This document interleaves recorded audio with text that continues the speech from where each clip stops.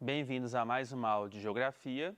Eu sou o professor João Paulo e hoje nós iremos analisar um pouquinho sobre a geopolítica da América. Esse conteúdo é um conteúdo do 8º ano, do ensino fundamental, e lá no PET 4 ele está na 3ª semana. Então vamos lá.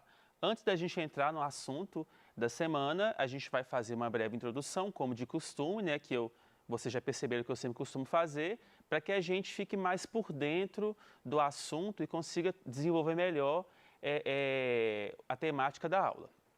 Então vamos lá. Sobre o continente americano. A América ela está localizada totalmente na porção ocidental do globo terrestre. Então, ele está totalmente a oeste do meridiano de Greenwich. É o maior continente em extensão latitudinal do planeta. Quando eu falo extensão latitudinal, nós estamos falando da extensão norte-sul. Então, só para diferenciar um pouco isso aí, nós temos a extensão longitudinal, que é leste-oeste, e temos a extensão latitudinal, que é norte-sul. Então, quando a gente compara todos os continentes, a gente percebe justamente isso, que a América é o continente que ele tem a maior extensão norte-sul do planeta. E a América, o continente americano, ele foi chamado de Novo Mundo no período da colonização europeia, porque foi um continente totalmente colonizado, Então, devido a isso, ele foi chamado, então, de Novo Mundo pelos europeus. Aqui nós temos um mapa de todo o continente americano, e aí a gente percebe justamente isso, que ele tem uma grande extensão norte e sul, uma grande extensão latitudinal.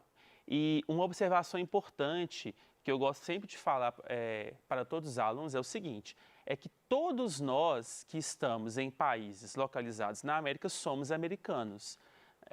O título de americano não é exclusivamente de quem reside nos Estados Unidos. Tanto quem reside, os estadunidenses, os canadenses, os argentinos, brasileiros, venezuelanos, bolivianos, todos nós somos americanos, visto que todos nós estamos, nós somos naturais de países localizados na América. Assim como todo espaço geográfico, nós já vimos isso em outras aulas, a América também ela é regionalizada. Lembrando que a regionalização é a divisão do espaço geográfico em partes com características semelhantes. Então vamos lá. Na América nós temos vários tipos de regionalização, mas nós temos duas principais, que é a regionalização por critérios físicos e a regionalização socioeconômica. De acordo com os critérios físicos, nós temos a América do Norte, a América Central e a América do Sul. Enquanto, pelos critérios socioeconômicos, que está ligado à questão da colonização, à questão histórico-geográfica e à atual situação socioeconômica dos países, nós temos a América anglo-saxônica e a América latina. Este mapa aqui, esses mapas, na verdade, eles mostram bem isso que eu falei. No mapa 1, nós temos a regionalização física, que são as três Américas, a América do Norte e a América do Sul, que está destacada em verde, e nós temos uma ligação entre a América do Sul e do Norte, que está destacada em vermelho, que é a América Central. E aí nós temos a América Central, a parte continental, e a parte que nós chamamos de insular, que são as ilhas, que é aquela parte ali destacada em vermelho. E nós temos aqui no mapa 2 a divisão da América pelos critérios socioeconômicos. E aí a gente vai ter, no caso, a América anglo-saxônica e a América Latina. Então, uma coisa importante de lembrar é o seguinte, que são regionalizações diferentes do mesmo espaço. Então, são formas distintas, formas diferentes de se observar e de fazer uma análise geográfica do mesmo espaço, no caso. E uma informação importante também desse mapa, de todos os mapas da América, a gente percebe que o continente americano ele é banhado por dois oceanos importantes, que é o Oceano Atlântico e o Oceano Pacífico. Na parte oriental, ou seja, a leste, nós temos o Oceano Atlântico e a oeste, né, na parte oriental, nós temos o Oceano Atlântico, na parte ocidental, na parte mais a oeste, nós temos então o Oceano Pacífico. Então, que são os dois tipos de regionalização principais do continente americano. Especificando um pouco mais sobre a regionalização da América. A regionalização socioeconômica, que às vezes a gente confunde um pouco. A América anglo-saxônica, ela é formada pelos Estados Unidos da América e o Canadá, que são países socioeconomicamente desenvolvidos. Já a América Latina é formada por vários países, por inúmeros países, dentre eles o Brasil, inclusive, e a América Latina, ela é formada por países que eles têm menor desenvolvimento socioeconômico quando nós comparamos esses países aos Estados Unidos e ao Canadá. Então, voltando àqueles conceitos que a gente estudou sobre a classificação dos países na nova ordem mundial, né, países desenvolvidos, emergentes, subdesenvolvidos, nós percebemos que no continente americano nós vamos ter essa diferenciação, essa separação. E a América anglo-saxônica, né, formada por países desenvolvidos, e os demais países da América, nós vamos ter aí os países emergentes, países subdesenvolvidos, e aí vai. Uma coisa importante a gente analisar, que sempre confunde os alunos, é o seguinte, que é o caso do México, por exemplo. Quando a gente vai na divisão física da América, a gente percebe que o México ele está juntamente com o Canadá e Estados Unidos na América do Norte. Porém, quando a gente faz a análise socioeconômica, o México ele está na América Latina, mas como eu disse, são critérios diferentes de regionalização do espaço geográfico americano. Características gerais. O continente americano ele foi totalmente colonizado por potências europeias, por isso aquela denominação de Novo Mundo, porque no período das grandes navegações, né, foi um continente totalmente colonizado, principalmente pela Inglaterra, França, Portugal e Espanha. Então, esses países tiveram uma participação mais efetiva na colonização do continente americano. A influência da cultura europeia ela é bastante significativa, é um traço cultural muito importante e muito forte que nós, enquanto americanos, né, enquanto pessoas que são naturais de países americanos, um traço importante que nós temos é a língua, não é? É o idioma que nós falamos. Por exemplo, nós aqui no Brasil, nós falamos, né, como língua oficial a língua portuguesa. E a língua portuguesa, ela é original, ela se origina lá, né, em Portugal, que é um país europeu. Quando a gente pega outros países da América do Sul, por exemplo, que falam espanhol, essa língua espanhola ela está relacionada ao colonizador, né, da época que foi a Espanha.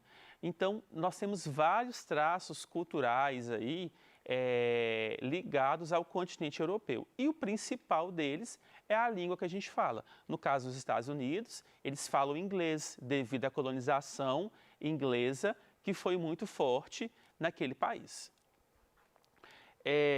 Como eu disse, a influência da cultura europeia é bastante significativa e os aspectos socioeconômicos, eles estão relacionados, dentre outros fatores, ao processo de colonização. Então, a gente percebe justamente isso, que os colonizadores, eles exerceram diferentes formas de colonização ao longo do tempo. E essa colonização, ela acabou por diferenciar e caracterizar socioeconomicamente esses países até os dias atuais. Então, o processo de colonização, ele também foi um fator determinante, né, muito importante nesse contexto socioeconômico atual que nós vivemos aqui nos países do continente americano.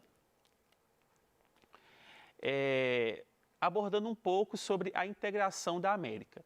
Essa questão de integração é um desafio grande, né, porque quando nós temos um continente muito grande, ainda mais um continente em extensão latitudinal muito muito significativa, essa integração ela é um pouco complicada, não é? Porque a integração dos países do continente, um dos fatores que facilita essa integração é a proximidade geográfica.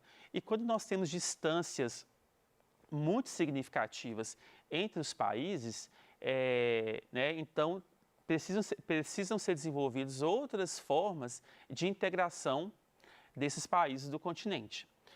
E aqui na América, assim como em outras partes do mundo, né, houveram e acontecem tentativas de integração.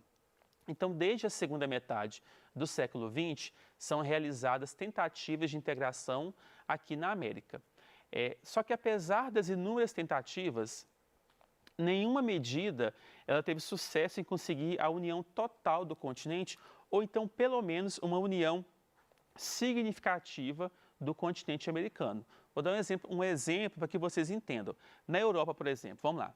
A Europa, a gente tem o bloco da União Europeia. A União Europeia não é um bloco que ele abriga todos os países da Europa, mas ele abriga uma quantidade significativa de países europeus. E eles conseguiram realizar uma integração tão grande que grande parte desses países até adotaram uma moeda única, que é o euro. Então, essa adoção da moeda única, ela significou o quê? Um avanço muito grande na integração. Então, daí a gente vê a diferença de um continente que ele é bastante integrado para um continente como o nosso que não tem uma integração assim tão efetiva, tão forte, né? Lembrando, como eu disse, o fator geográfico, né, o fator de grande extensão territorial, muitas vezes ele dificulta essa integração. Só que, então, o que acontece aqui na América? Como essa questão geográfica, ela dificulta, como eu disse, então as regiões menores, digamos assim, do continente americano, eles começaram a realizar, a exercer essa integração. E aí essa integração, ela ocorreu principalmente a partir da criação e do fortalecimento dos blocos econômicos. Lembrando que um bloco econômico, ele é uma associação de países, que nós já vimos em aulas anteriores, né? Um bloco econômico vai ser justamente uma associação de países que vão se unir para tentar fortalecer a economia regional e conseguir competir no mercado econômico internacional. Porque a partir do momento que a gente tem a multipolaridade econômica, como nós vimos em aulas anteriores, então essa competitividade econômica, né, de comércio internacional e tudo mais, ela passou a ser essencial para que os países conseguissem se desenvolver plenamente. E aí os blocos econômicos, eles ajudam muito nesse sentido. E aí na América a gente tem alguns blocos. Vamos lá, o Tratado Norte-Americano de Livre Comércio, que é o NAFTA, é um bloco econômico com o objetivo qual que é o objetivo principal dele? Intensificar o comércio entre os países. E a integração inicial, ela foi entre os Estados Unidos e o Canadá, e no momento posterior, né, um pouco depois, o México ele foi inserido. Essas imagens aqui, né, elas mostram um pouco dessa integração do NAFTA, que é esse bloco da América do Norte, né, com o mapa lá Canadá, Estados Unidos e México, e ali uma representação da bandeira dos 3 países. Uma coisa importante da gente analisar, né, gente? No bloco econômico, cada país ele vai ter ele tem as suas características específicas. E aí, se a gente analisar a questão do NAFTA, por exemplo, nós temos 2 países desenvolvidos que são superpotências mundiais e nós temos um país emergente, que é o caso do México. Então, é claro que na prática, o México ele não vai ter os mesmos benefícios que Estados Unidos e Canadá eles vão ter aí neste contexto. Mas, de toda forma, é um bloco econômico que ele favoreceu bastante o comércio, ele fortaleceu a economia da América do Norte, ele favoreceu bastante o comércio entre esses países aí da América do Norte. Agora nós temos o Mercosul, o Mercado Comum do Sul. O Mercosul ele foi criado com o intuito de fortalecer a economia regional, no caso da América do Sul. Ele foi formado inicialmente por Brasil, Argentina, Paraguai e Uruguai, e em 2012 a Venezuela ela foi inserida a este bloco econômico. Porém, por questões políticas, de relações políticas aí entre os países, a Venezuela ela está suspensa desde 2017. Então, o Mercosul ele é justamente o quê? Uma tentativa de integração e de fortalecimento da economia da América do Sul.